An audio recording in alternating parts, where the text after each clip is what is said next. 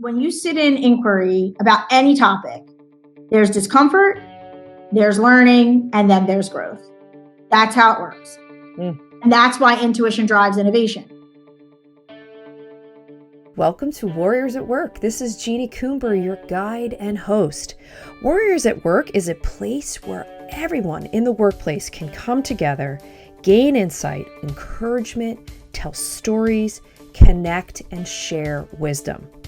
We are a place of like-minded people at different stages of life, all coming together with a shared interest of enlightening and inspiring one another.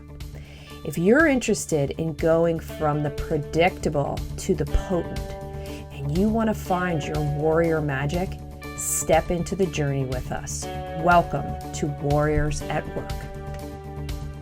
Hi everyone, it's Jeannie. Thank you so much for being here in this conversation at the Warriors at Work podcast. Today is another story from a warrior in my community, Nicole DeFeo, who is the International Executive Director for Delta Phi Epsilon Sorority. And Nicole is also a colleague and a friend that I've known for a number of years. She's an active member in the Warrior Magic community. And we have a really interesting conversation coming at you, talking about inquiry and self-study and words like soul and intuition and divine download as ways to drive innovation. You know, we talk a lot about this idea that professional attributes alone are not enough. And Nicole takes us on such an incredible journey and shares with us some very personal things that she has moved through that really has helped define who she is today. And she also offers some practical advice and things to think about as we continue our experiences in the world. And I really think you're going to get a lot out of it. So I just am so appreciative of you taking the time for yourself to be here. So enjoy. So thank you so much, Nicole, for being in another conversation with me about your journey. I'm so thrilled to have you here. I'm so excited to be here with you. Thanks for the opportunity to talk more about inquiry. I love to talk about it. So, all right. Well, let's get into it because here's where I want to start. So I would characterize you as a pioneer, a leader, a galvanizer. You really believe and practice a lot of these attributes that I talk so much about. And when you think about yourself, and when I think about you, you're one of these people that takes a really hard look at who you really are. You're not afraid to lean in and be the truth teller for yourself. And I was also reflecting on your last 5 years. And what I was wondering is, do you think very much of who you are today, the attributes that I just described, come from the experience you had over the course of the last 5 years with your son? And I'd love for you to tell the story. Oh, sure. Yeah, I'm happy to share the story. I would say a couple of things. I think that I have always been someone who leans in a little bit more to my intuition. However, I would say that the events of the last 5 years have certainly cleared the path for me to understand the real potency. And yeah, so 5 years ago, almost 5 years ago, just shy of 5 years ago, in 2016, my youngest son was diagnosed with B-cell ALL, which is a very common type of leukemia for children at a time during his life when it was the most common to be diagnosed with such a thing, if you are unfortunate enough to be dealt those cards. And so that moment in September 13th, 2016, a day that is forever burned in my brain, that was a life-changing event for me. And, you know, you hear people who have these life-changing events talk about how it changes your life. I don't think that can be underscored enough. It definitely put me on a totally different path than I think I would be right now. Well, when you think of yourself right now, inside and outside the office, like that Nicole, what's different now versus the Nicole 5 years ago? So I've known you for a long time. I think you probably could answer that question almost as well as I could. The Nicole of 5 years ago was very focused on professional success, and not to say that I'm not now, but it was really a time for me where I am a type A personality. I like to get things done. Productivity is very important to me. Taking a break was like, who needs a break? I am super strong and I'm just going to keep going. And I'll tell you what that did later in the interview, why that this was so critical for me. When something of this nature happens to you, on such a large scale, where it affects everyone around you, it's not just your battle, it's everyone's battle. A switch is forever turned on, and you are the grace and space that people give you when you are going through a crisis of that level changes you fundamentally as a person. And you realize all the places in which you may have not maybe given grace or space to other people, or you realize that tomorrow when I go and log into my office, that work will still be there and I will still be doing great things and I can still be successful if I take a beat and a breath, think about what is happening right now, to be present in the moment, and to provide space for what I like to call the divine download. And so that is essentially the main difference, is that I stop more now and think about what's coming, what should be, what do I want to put on my agenda. I'm much more in control of my professional life and my personal life now than I think I've ever been. And did you make a conscious shift, or did you feel like it just sort of happened to you because of the experience you had? Well, that is a really good and deep question. I think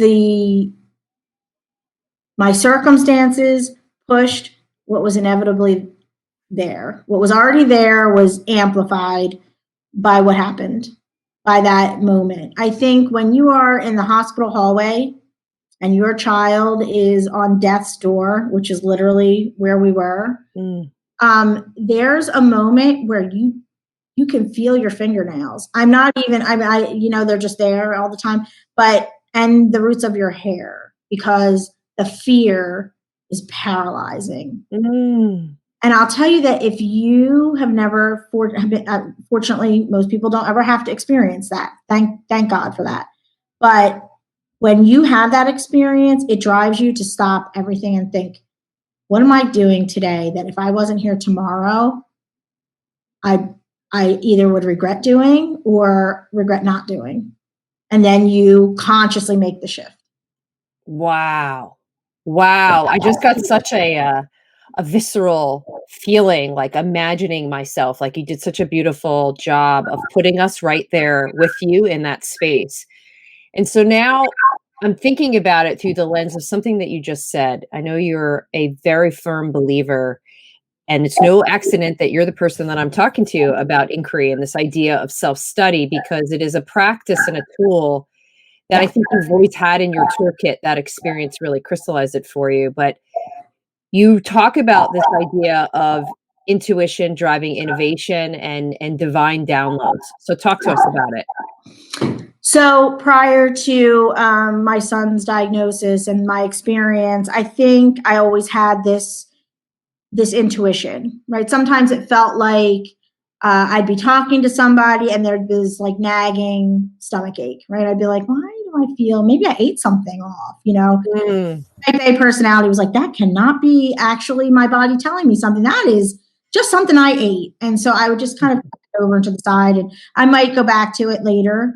But now, because of, and this is what I kind of alluded to earlier, because of that light coming on, and you can see everything. When the light comes on, all of a sudden you're like, wow, these are things that exist in the world that I can't stand, in my world that I can't stand, or these are things that I'm going to change tomorrow. And then when you're going through that, time stops. It really stops for you. So you're in the hallway at the hospital, like I said, and you're like, panicked, almost paralyzed by the fear. And you realize that for everybody else, everything is still going on. You're stopped in that moment.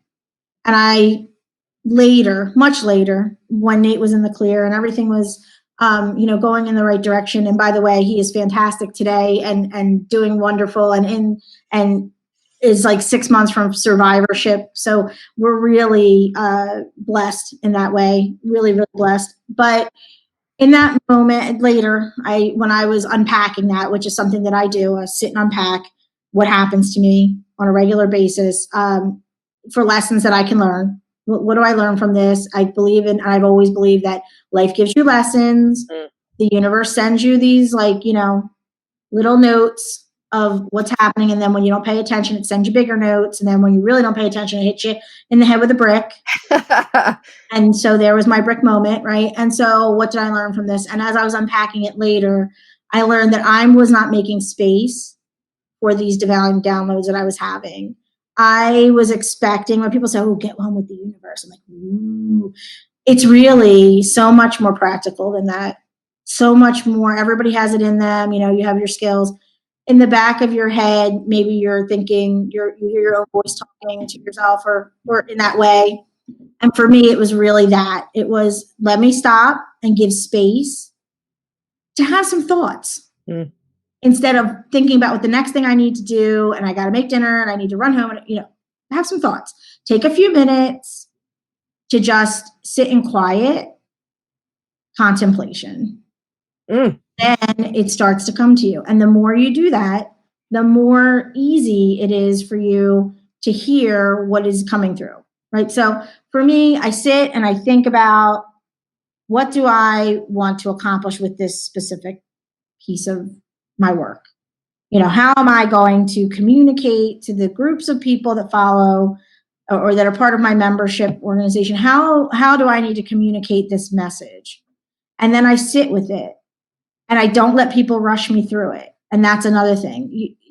People will give you the grace and space when you demand it from them, right? So if you simply say, I'm not ready to make a decision on that, or I need a little more time there, people will give it to you. People will you'd be shocked how much a lot of what we go through is in our own head.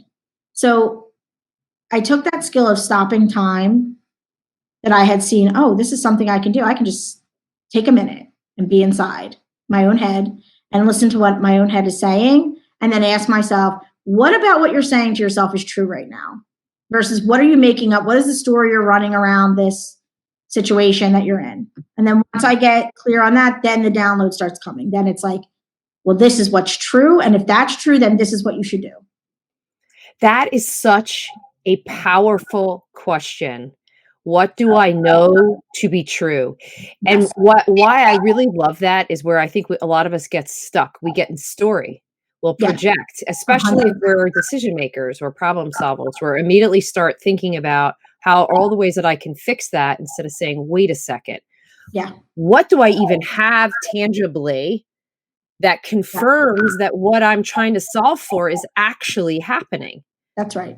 And I would imagine, going through that story and that experience that you just shared about Nate, you live by the information that you receive. That's how you're making judgment calls. That's how you're assessing your own experience from that. It's so powerful. So talk to me about how you encourage this in your team. I think it's making space. Theme of this podcast might be making. I think you have to make space for inquiry, but you have to make space for an acceptance of an assimilation to this concept of tuning in to your intuition and what your intuition is telling you, because your intuition is really just all those data points that you have gathered from various places across the last period of time, sitting in the back of your mind, because other things are taking up the gray matter in the front of your mind, the crises, the upper right quadrant stuff, or lower right. I never get that right. The quadrant that is not urgent, is like important, is not important, but is urgent, like it's in your face. Somebody else's issue that you're trying to solve takes up the bandwidth of your brain. So then the rest of and I'm sure there's some neuro person out there that could give you like the NLP of it all, but I don't know those. I'm not a study in that, but I can tell you that for me, I focus in on, you're being present in the now, and you're forgetting about what you learned yesterday or 2 days ago, you're not forgetting it. It's tucked away. It's tucked away back there. You got to give it time to percolate out. So making that time okay with my team is critical. Using the language of intuition is important. So saying things like, I had a divine download.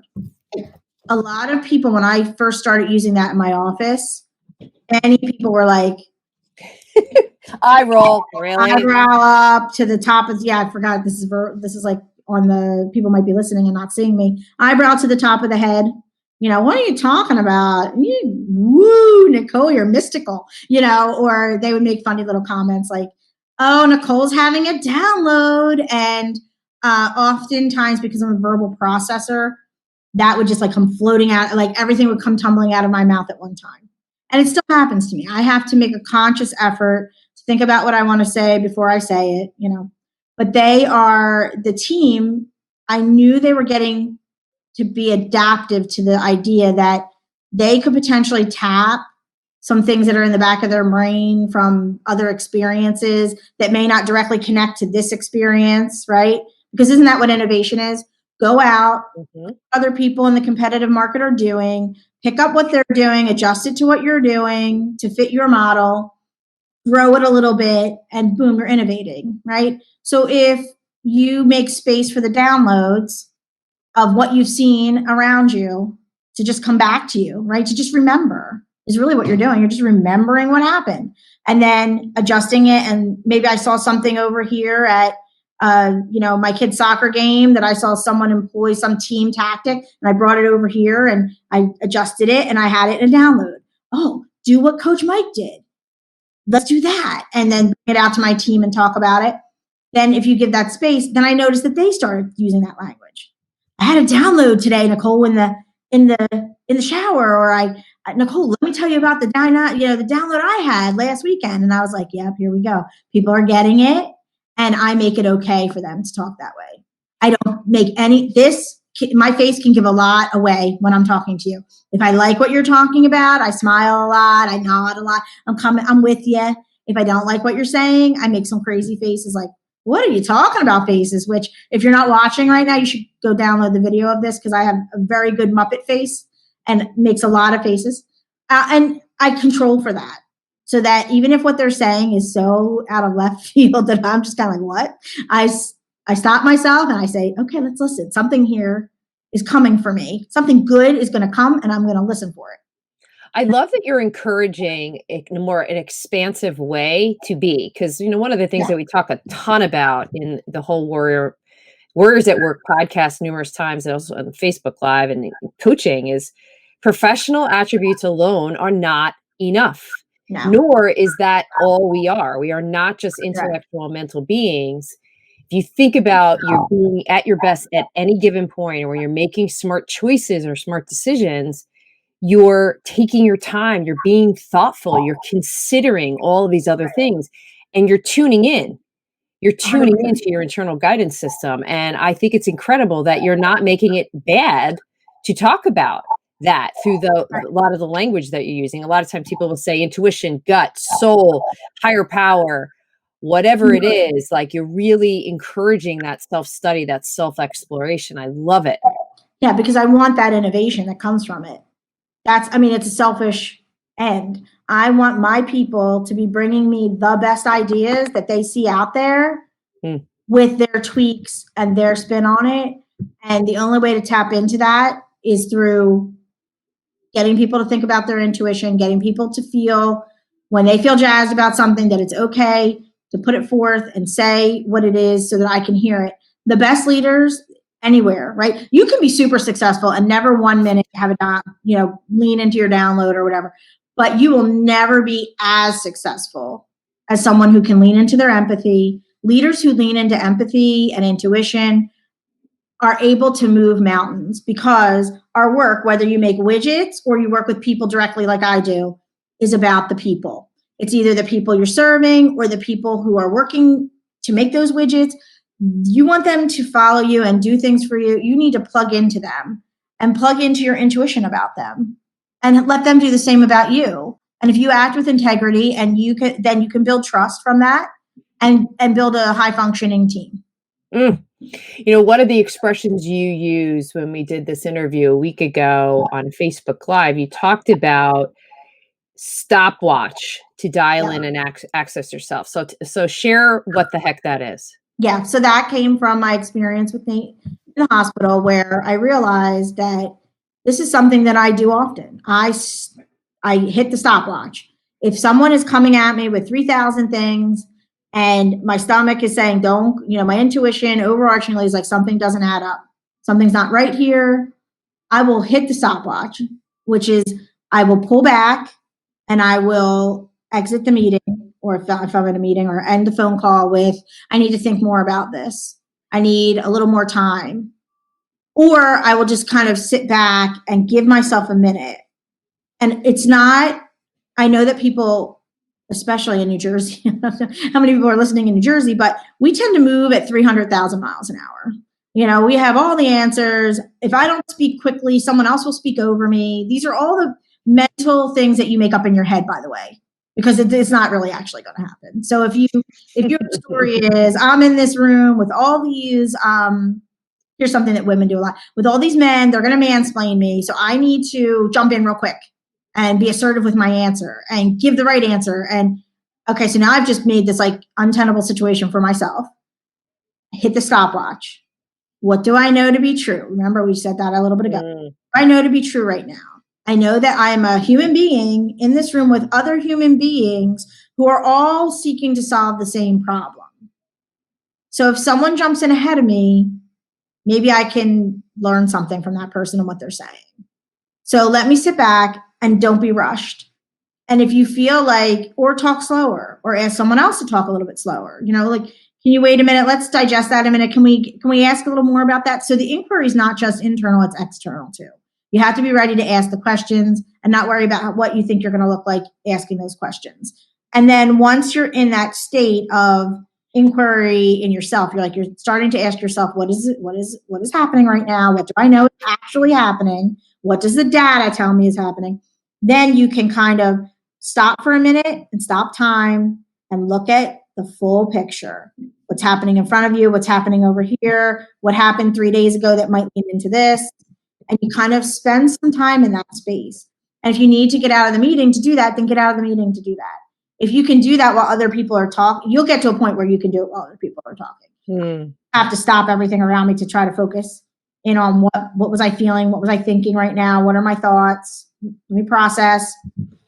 Now I can do it in the room with the people that are talking. They're talking and I'm thinking and I'm processing. And then if something shoots by me, I say, excuse me, hold on a minute. Can you go back to that other thing? I want to make sure I understand and I have some clarifying questions. And guess what? If someone rolls their eyes or does oh my God, why doesn't she know what I'm talking about? Don't let that bother you. You have to really become like Teflon. One of the things that strikes me about what you're saying too is being with the questions, because that's really what we're talking about here. Yeah. It'll steady you. Yes. It'll steady you.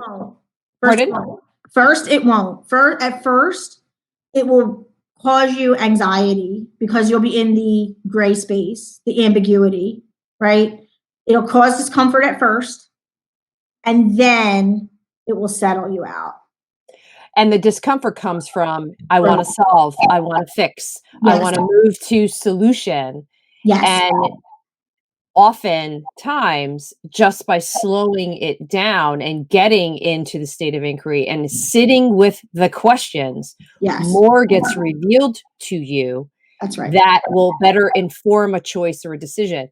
And you're right, it is hard, particularly when you're in a high stress situation where you want to fix this. And you're also trying to get out of your discomfort, which is the other thing that we haven't really tackled here, but that is a key piece to this. Yes. It isn't necessarily rushing out of the interaction. It's seeing there's something here for me to look at. There's something here for me to know. And the better I am at sitting in that discomfort, right. the more steady I can become because I'm going to get access to more information. Exactly that. It is discomfort before growth. So you're in discomfort because something that you're hearing or something that's coming in is different from what your lived experience is. So if you're living, and that can be anywhere. I know that sounds like a lot of a diversity inclusion conversation coming, but it is when you sit in inquiry about any topic, there's discomfort, there's learning, and then there's growth. That's how it works. And that's why intuition drives innovation, because you're growing in the moment, right? And I tell this to my team all the time.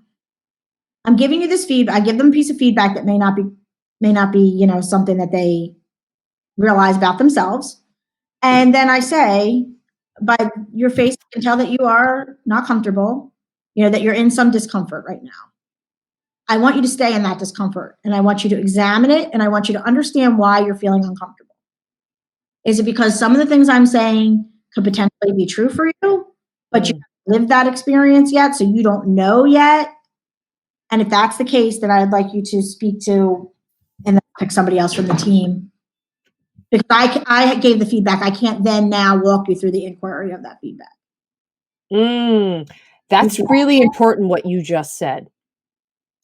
You can't make someone ask those questions or go back to that question is, what do I know to be true?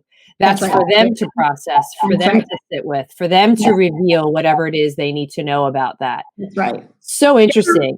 Did you ever read that book, The Coaching Habit? Yes. It's one of my favorites. Right. That's where you if you are the person that's bringing in the new information, you may not be the right person to coach through that information. Somebody else might need to come in and help you with that. Very interesting. So, the way we've tackled this too is we've seen it through the lens of like a personal experience, personal transformation. You've talked about it as it relates to leading, managing, encouraging your team to step up, evolve, inspire more. And one of the things that I was thinking about is, I do all this work around presence, and Amy Gonzalez and I, who's my mentor on the subject, she has a great expression, which is powerful people take up time and space. They're never in a rush. They are always trying to figure out what else is here that I might be missing. And even just encouraging that level of self-exploration in your team is also just going to help make smarter choices, smarter decisions for everybody. So, wow, we just unpacked a ton here. Yeah. Nicole, what do you want people to remember about you, your story, your experience in the world? If people could take from this conversation, because not everybody's going to have the life-changing moment that I had, right? Not everyone's going, thank God for that. That not everybody's going to have a child that is going to go through 5 years of chemotherapy treatment, 4 years of chemotherapy treatment, and countless needles and countless, and the paralyzation. So if you can take my experience and the piece that I kind of broke it down for you at the beginning and start to look at every day as an opportunity to tap into your intuition, to tap into how that could create innovation for you, whether it's for your personal business or if you work for a company or at home with your family. Encourage it with your children, mindfulness and the ability to get into inquiry on their own and get okay with the discomfort. I think that would be a huge, just that little piece would change how people interact with one another, and maybe it would solve some of the world's problems while we're at it. How do you use this skill with your children? Yeah, so I do. My kids know that mommy will not make a decision on the spur of the moment, that mommy's going to think about what you're asking, and I'm going to contemplate it, and we're going to discuss it, and then I'm going to explain why or why not. And then I expect the same from them. So when I ask them a question or when I see them interacting with each other and there's a moment that they can tune in, I step in and I say, okay, what's happening here? What are you saying to each other? Think about what your brother's saying to you. Think about what, you want to use the virtual reality thing and he wants to use it too. So now we need to figure out what's a good answer here. It's not a black or white question. It's a gray question, because you would think that on the surface, the answer is yes or no, but the answer is a timer. An egg timer, third party. But I also, my kids meditate at night. Really? Oh yeah. Mm-hmm. How did you get them to do that? I do it, and so then they want to do it, right? Kids are just sponges waiting for you to give them some new little thing that they could soak up. And so when even before Nate became sick, we would meditate at night to help us go to sleep. A ton of online resources for free meditation. And one of them is called the hot air balloon ride. And it's done by this guy who's Australian, right? And I'm going to tell the story, and then I think this is probably a good way to end it. And so he has an accent, right? And so when he talks about you're in the hot air balloon and you look down, it's like a guided story more than a chakra meditation. We're not at that level yet. They're young. So he talks about you're in this hot air balloon and you look down on the and you see the trees, and the trees look like broccoli, right? And that just struck Nathan as funny. And he just, every night he'd be like, let's listen to the broccoli guy, right? So we go into the hospital, and every month for 2 years, my son had a portacatheter in his chest, and the needle was like, I'm not even, okay. So the needle, they would have to access him through this port in his chest.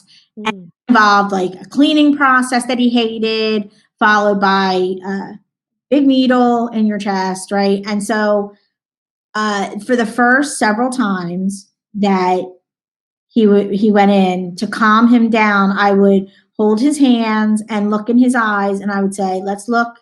What do you see in mommy's eyes? Do you see broccoli? Let's focus on, let's remember the hot air balloon ride. Let's talk about that. And thankfully the nurses, we went to Children's Hospital in Philadelphia, top notch, best people. Can't say enough. We had the same nurse every time, which was also really great because we made a team. And so she got it right out of the gate. She was like, oh, she just kept moving.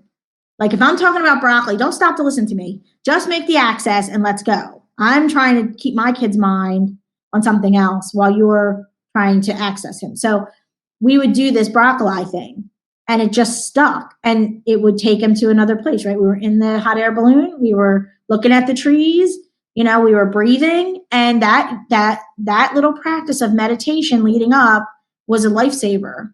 Then when we were in the hospital for 14 days, every night we would listen to a different meditation. The nurses would come in. They thought that was so cool. Meanwhile, it was like a lifesaver for us.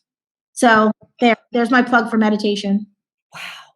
Nicole, what a beautiful, beautiful story to leave all of us with. So moving. I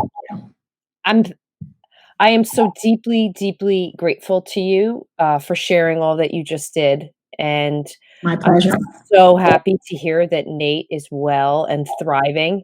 Yes. And that he has a mom like you who's sharing such incredible wisdom with the world. Well, thank you. I appreciate the forum to do so. I think that if one person walks away and says, I'm going to meditate with my kids tonight, and does it, that's one more person who can take some time in their own head. Because that's what it is practicing, right? It's practicing taking time in your head. Yeah. Thank you so much. So appreciative. Thanks to everybody for listening to another episode of Warriors at Work and letting us be a part of your warrior journey. You can ask questions and make suggestions for future topics at jc@jeanniecoomber.com. Connect with me personally on LinkedIn and Instagram, and join us on the Warrior Conversations channel on YouTube and at the Warrior Magic Community page on Facebook. You can find links to all these places on my website, jeanniecoomber.com. And most importantly, be sure to tell friends about us, subscribe, rate, and review us on iTunes, Spreaker, and Spotify. It helps others find the show and puts more warrior magic out into the world.